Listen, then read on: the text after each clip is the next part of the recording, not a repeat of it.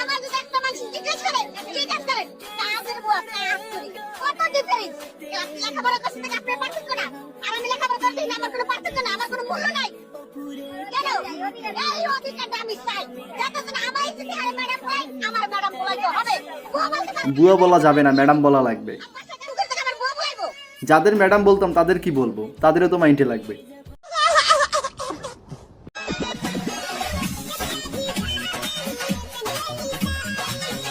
খাতাম, আজকেই প্রেমের সমাধি হয়ে যাবে।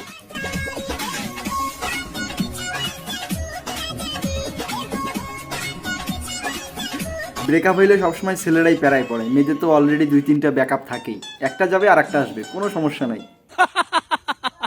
এটাই বাস্তব। I love you. স্যারটা ঢুকেছিল, স্যারটাকে দেখে প্রথমে ক্লাস খেয়ে বসে আছি, পরীক্ষা বসে বসে দেখতেছি স্যারটাকে, যা বললাম যেগুলো মনে ছিল। এটা কার বান্ধবী হতে পারে জানি না, তবে আমার বান্ধবী শিওর, ওর মাঝে আমার বান্ধবীর গুণগুলো সব দেখতে পাইতেছি। যদি তুই ভিডিওটা দেখে থাকিস অবশ্যই ভালো হয়ে যা, সময় আছে এখনো। হায়ার সেকেন্ডারি কে বানানটা বলতে পারবে ইংরেজিতে?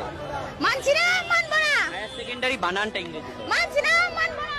হায়ার সেকেন্ডারি বানানটা বলতে আন্দোলনের মাঝে কোনো প্রশ্নের উত্তর দেওয়া যাবে না, মানছি না, মানবো না।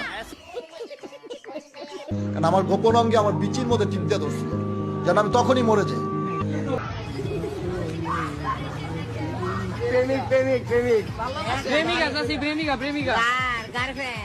না গার্লফ্রেন্ড।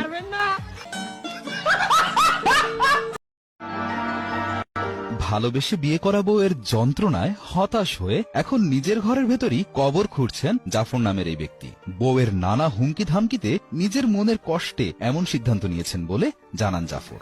দেখো গাইস, ভালোবেসে বিয়ে করলে চাপ তো আছেই। এটাই বাস্তব। I love you.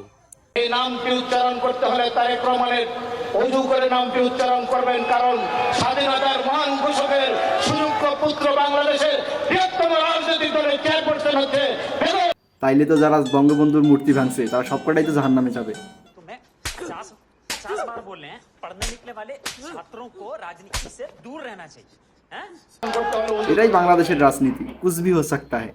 আমার হাতে যদি রাষ্ট্র দেওয়া হয় একদিনের জন্য, একদিন মানে কি 5 মিনিটের জন্য যদি আমার হাতে রাষ্ট্র দেওয়া হয়, আমি সুজলা সুফলা সোনার বাংলাদেশ গড়ে এলাম ইনশাআল্লাহ। এটা কি সম্ভব?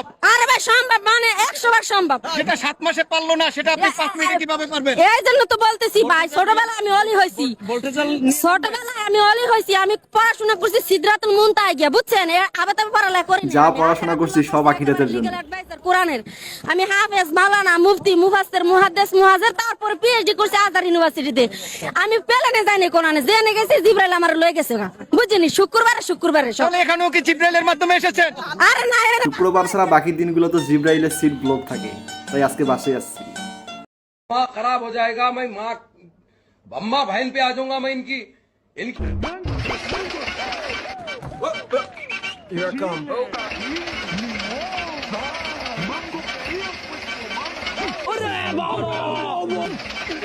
বেশি কিছু না গাইস, মা বাবার ইচ্ছা ছিল ডক্টর হবে, ভাগ্যক্রমে মেকানিক হয়ে গেছে।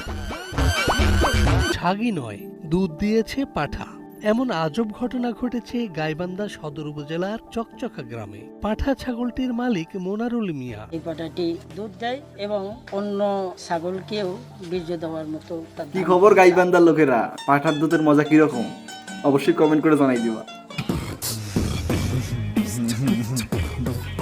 তো মামুনা আমায় খুঁজা পাইবা না, আমি যে ডিজে শাকিল, আমার মতো কেউ হবে না, বেঁচে আছি মোরার মতো, আমি কেন মরি না, মরে গেলে খুঁজবি না। যতই লাইন মারো, লাইলা কিন্তু মামুনকেই ভালোবাসে, মা ছেলের ভালোবাসা গাইস।